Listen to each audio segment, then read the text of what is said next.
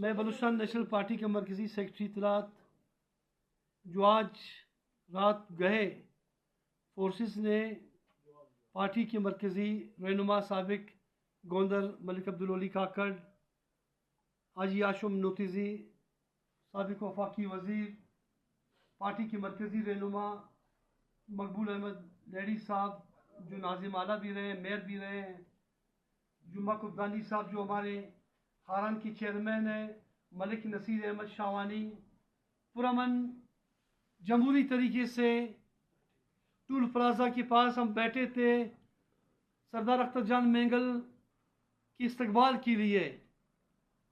یہاں پہ ہزاروں بندوں پہ پولیس، بی سی اور فورسز نے لاٹھی چارج، شیلنگ کے ذریعے ظلم و جبر کے نہے ریکارڈ توڑ دیے، قیمتی گاڑیوں کی شیشے توڑ دیے گئے، شدید شیلنگ کیا گیا، تمام جتنے بھی ظلم و زیادتی کے ریکارڈ توڑ دیے گئے۔ میں تمام پارٹی کے دوستوں کو جو سریاب کے آس پاس رہتے ہیں ان سے گزارش ہے کہ وہ دور نہیں جائیں۔ ہم یہاں پہ بیٹھے ہیں، ایک بار پھر ہم دوبارہ اپنے محبوب قائد کے استقبال کے لیے اسی آس پاس بیٹھے ہیں۔ دوست گھروں پہ نہیں جائے بلکہ رابطے میں رہیں۔ مرکزی قیادت یہیں پہ بیٹھے ہیں، قریب ہی میاں گنڈی کے قریب بیٹھے ہیں۔ آپ دوستوں سے گزارش ہے کہ اپنے حوصلے بلند رکھیں۔ پرامن مارچ ہے، لیکن آج صوبائی حکومت ظلم و زیادتی کر رہی ہے۔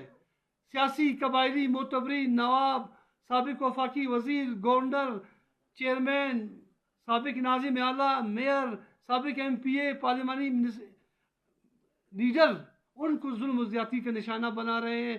کیا میسج دینا چاہتے ہیں جمہوری لوگوں کے ساتھ؟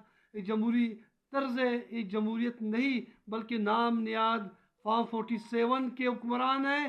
آج جو بلوچستان میں بلوچوں کو صفحہ ہستی سے، بلوچستانی عوام کو ظلم و جبر سے میسج دے رہے ہیں کہ تم محکوم ہو، تم مظلوم ہے، تمہاری حیثیت یہ ہے۔